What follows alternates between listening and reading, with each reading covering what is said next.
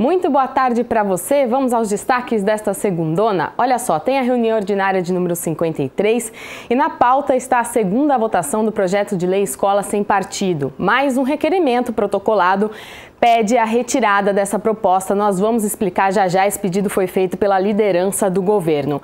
E ainda hoje tem o serviço de emergência do SAMU, que é adaptado para pessoas com deficiência. O aplicativo já vale aqui na nossa cidade. Nós vamos ver na reportagem com tradução da linguagem brasileira de sinais. No esporte, os gols de Ponte Preta e São Paulo. Vamos começar então com a pauta de hoje. Os vereadores vão analisar 6 projetos, entre eles, como a gente disse, a segunda votação do projeto Escola Sem Partido, que tem um requerimento que deve retirar a urgência do pedido dessa votação. Vamos ver então a pauta de hoje. A votação desta segunda-feira começa com a segunda discussão do projeto de lei de autoria do prefeito, que altera dispositivos da Lei 9.766, de 10 de junho de 1998, que cria o Fundo Municipal de Defesa dos Direitos do Consumidor. Também em segunda discussão será analisado o projeto do prefeito que dispõe sobre desafetação de área de praça da classe de bens públicos de uso comum do povo para afetação ao uso especial, a fim de promover a regularização de creche municipal e a ampliação de unidade de saúde no loteamento Jardim Santa Lúcia. Também em segunda discussão será analisado o projeto de lei de autoria do vereador Tenente Santini, que institui no âmbito do Sistema Municipal de Ensino o programa Escola Sem Partido. O item 4 da pauta é um projeto de lei de autoria dos vereadores Jorge da Farmácia e Marcos Bernardelli, que denomina a rua Eduardo Oliveira Antonieto uma via pública do município de Campinas. Na sequência, será analisado o projeto de decreto legislativo de autoria do vereador Gilberto Vermelho, que concede o título de cidadão emérito a Valdemar de Moraes Júnior. E, por fim, será analisado o projeto de decreto legislativo de autoria do vereador Carmo Luiz, que concede o diploma de mérito Dr. Zeferino Vaz a Natanael Aguiar Costa. Vamos entender agora, então, o porquê desse requerimento que pede a retirada da urgência da votação do Escola Sem Partido. Esse documento que foi protocolado pela liderança de governo na última quarta-feira e vai ser votado também hoje às 6 da tarde. O líder de governo, o vereador Marcos Bernardelli, afirmou em entrevista ao intervalo regimental da reunião ordinária de número 52 que o pedido para o adiamento do projeto Escola Sem Partido foi feito em acordo com o autor da proposta, o vereador Tenente Santini. Foi um consenso para que nós possamos, aí sim, o próprio autor, realizar as audiências, as reuniões públicas que necessárias forem, porque nós sentimos que realmente dá para fazer a discussão. E essa boa vontade do Santini em realmente trazer a discussão. O pedido do requerimento para adiar a votação é para que o autor convoque debates para discutir a proposta. Pelo regimento interno, esse projeto não precisaria obrigatoriamente passar por audiência pública. Caberá ao autor da matéria, ao autor do projeto, solicitar ou convidar, ou quem sabe lá a maneira que se dá, o adjetivo que se use, para unir as pessoas aqui no plenário ou fora até mesmo da Câmara, na discussão do mérito deste procedimento. Segundo o líder de governo, são mais de 20 assinaturas a favor do documento para adiação. Na reunião ordinária de hoje, os vereadores vão votar o requerimento. Como já existe um acordo para aprovação, a proposta Escola Sem Partido deve ser retirada de pauta. O requerimento vem à votação. É claro que precisa novamente reiterar todos aqueles que ali assinaram, mas pelo acordo realizado, pela vontade dos próprios vereadores e do próprio autor, vamos suspender as segundas discussões e vamos trazer aí a população para o diálogo. Este já é o terceiro requerimento que pede o adiamento da votação. Primeiro, o vereador Carlão do PT tentou retirar o projeto de tramitação na Comissão de Constituição e Legalidade, mas ele apresentou o requerimento apenas depois que o relator, o vereador Vinícius Gratti, já havia exarado o parecer favorável ao Escola Sem Partido. Depois, durante a primeira votação, no dia 4 de setembro, a vereadora Mariana Conte fez novamente um pedido para adiar a votação, o que foi negado pela maioria dos parlamentares. E ainda na sessão de quarta, os parlamentares aprovaram 2 moções sobre transporte e mobilidade aqui em Campinas. A primeira quer impedir a cobrança de pedágio na rodovia Ademar de Barros, a chamada Campinas-Mogi, para os moradores aqui da cidade. Uma outra moção apela para que o anel viário Magalhães Teixeira tenha acesso à rodovia Miguel Melhado de Campos.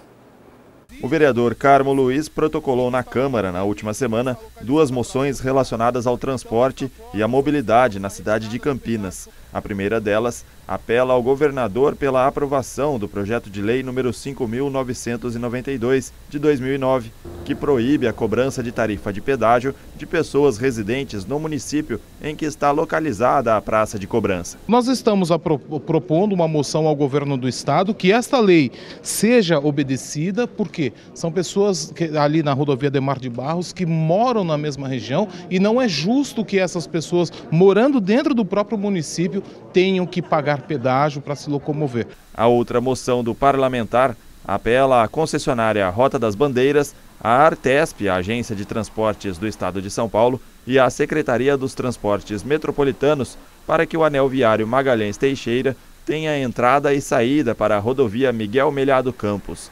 Segundo o vereador, não há sentido deixar aquela região sem acesso ao anel viário. Aquela região aguardou durante quase 50 anos o desenvolvimento. A rodovia Miguel Melhado Campos vem agora trazendo toda uma infraestrutura, trazendo todo um suporte e principalmente em função dos parques de logísticas que terão do lado do Aeroporto Internacional de Viracopos. Será uma das principais entradas do aeroporto de Viracopos. E a Prefeitura de Campinas lançou no último mês um aplicativo chamado Tecla SAMU, que permite que deficientes auditivos chamem o serviço de emergência. Pelo menos 48 mil pessoas têm deficiência auditiva aqui na cidade. Nós vamos explicar agora como funciona o aplicativo. A reportagem da Ana Brasil tem interpretação da linguagem brasileira de sinais. Um aplicativo que vai mudar a vida dos surdos de Campinas, o Tecla SAMU. O presidente da Comissão Permanente das Pessoas com Deficiência ou Mobilidade Reduzida participou do lançamento na Prefeitura e falou sobre o app que faz a conexão entre surdos e o SAMU. E ali naqueles ícones consta, né?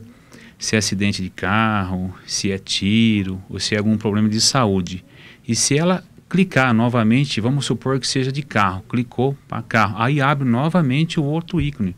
Aonde que é o acidente? Na cabeça, é nos braços, se o paciente está sangrando, se ele não está, se é nas pernas. Aí ela tem como acionar ali. Ou seja, além de ela se auto-socorrer, ela pode também socorrer uma outra vítima que esteja passando mal. A diretora financeira da ASUCAMP, Associação dos Surdos de Campinas, lembra como era a vida antes do aplicativo.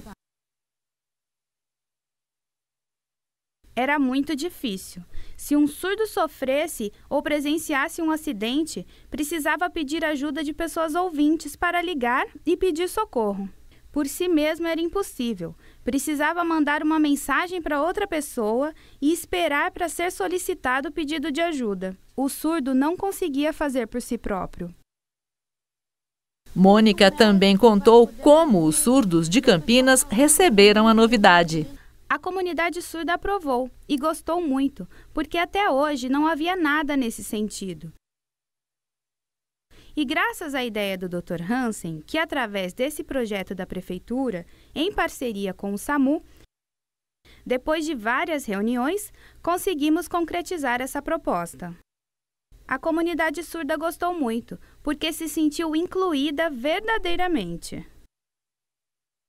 Qualquer pessoa pode fazer o atendimento, mas o surdo não tinha como conversar com o médico, com o telefonista. E com isso, em 10, 15 segundos, teclando alguns dados, né, algumas teclas com ícones que são justamente, que demonstram a gravidade do acionamento, da gravidade do atendimento, é realizado automaticamente, isso em 10 segundos. É criado uma ficha de atendimento que tem todas as informações que foram clicadas e com isso nós vamos dar prioridade ao atendimento. A comunidade surda de Campinas era o único grupo que ainda não tinha comunicação direta com o SAMU. Realmente é um grupo que não tinha como se comunicar e Campinas tem mais de 48 mil pessoas deficientes auditivas. Ou seja, chegou numa hora muito boa, muito propícia para que nós possamos sair na frente aqui na nossa cidade de Campinas. Sendo que o SAMU, o primeiro SAMU foi criado aqui também em Campinas em 1995.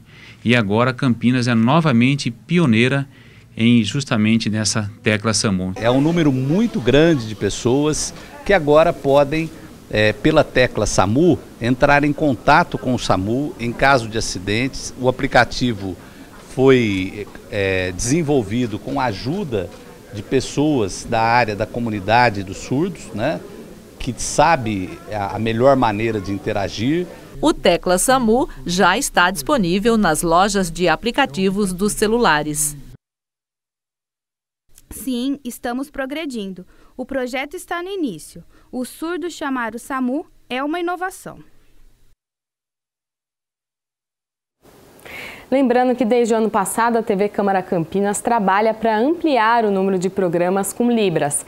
Além das sessões, as reuniões mensais da Comissão das Pessoas com Deficiência têm a linguagem brasileira de sinais e ainda os programas Momento Saúde e Transformação também possuem as Libras. Você pode acessar esses conteúdos pelo youtube.com/TV Câmara Campinas. E a semana começa com 25 vagas no CEPAT, os salários vão até R$6 mil, olha aí.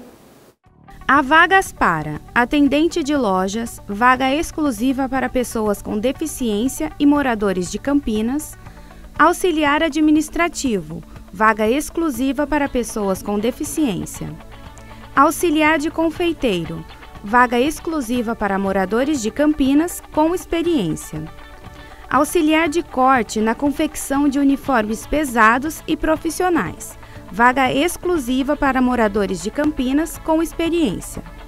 Auxiliar de limpeza, vaga para pessoas com deficiência. Confeiteiro, vaga exclusiva para moradores de Campinas com experiência. Cortador de roupas para uniformes profissionais, vaga exclusiva para moradores de Campinas com experiência. Costureira de máquina reta industrial, necessário experiência com máquina reta industrial e na confecção de camisa polo. Instrutor agrícola, instrutor de treinamento tratores. Ensino superior completo em engenheiro agrônomo, agrícola ou mecânico, CNH-B e disponibilidade para viajar. Mecânico de automóvel, experiência em elétrica e CNH-B. Modelista, moradores da região metropolitana de Campinas. Operador de centro de usinagem com comando numérico, vaga temporária. Vendedor orçamentista, representante comercial, vaga exclusiva para moradores de Campinas com CNH AB. Para concorrer a uma das vagas é necessário comparecimento do candidato em uma das unidades para análise de perfil e cadastro, com a seguinte documentação: RG, CPF, carteira de trabalho, número do PIS. A unidade centro fica na Avenida Campos Sales, número 427. Unidade Ouro Verde fica na Rua Armando Frederico Renganeschi, número 197, no Jardim Cristina. A unidade Campo Grande fica na Rua Manuel Machado Pereira, número 902, em frente à Praça da Concórdia. O horário de atendimento é das 8 horas da manhã às 4 horas da tarde. E hoje Campinas começa uma campanha de multivacinação. Quem tem criança ou um adolescente em casa até 15 anos precisa ir a um posto ou um centro de saúde para conferir se a carteira de vacinação está em dia. A campanha vai até o dia 22 de setembro, lembrando que o governo federal neste ano ampliou a idade para as doses do HPV para meninos. Mais informações tem no site da Prefeitura, campinas.sp.gov.br. E hoje é dia de F5, de tecnologia aqui no Jornal Câmara Notícia, e você vai conhecer mais um aplicativo de serviço público da nossa cidade.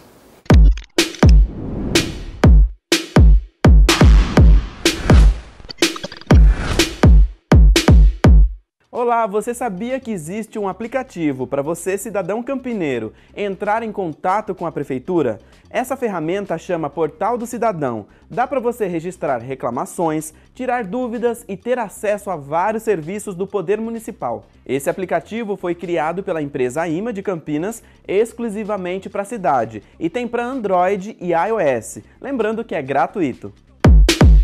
A primeira coisa a fazer é baixar o aplicativo no seu celular. Para algumas consultas, você vai precisar fazer um cadastro, mas olhando no menu você tem 156 para reclamações, o PROCON, o calendário de eventos, consulta de multas na INDEC, relação de vagas de trabalho disponíveis no CEPAT, até mesmo pesquisas no Diário Oficial. Vale ressaltar que você também pode acessar o Portal do Cidadão pelo site www.cidadão.campinas.sp.gov.br. E essa foi a dica de hoje. Na próxima semana eu volto com outro tema. Tchau!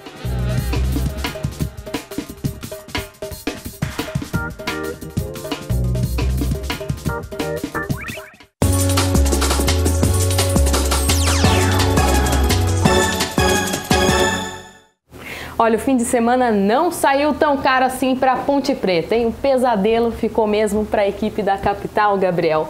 O São Paulo se complicou um pouco mais, hein? Verdade. Boa tarde, Gabi. Boa tarde a você que nos acompanha. A Macaca não conseguiu a vitória fora de casa, mas estava perdendo por 2-0, conseguiu a reação e afundou ainda mais o São Paulo. Vamos ver os gols do empate entre Ponte e São Paulo na 23ª rodada do Brasileirão.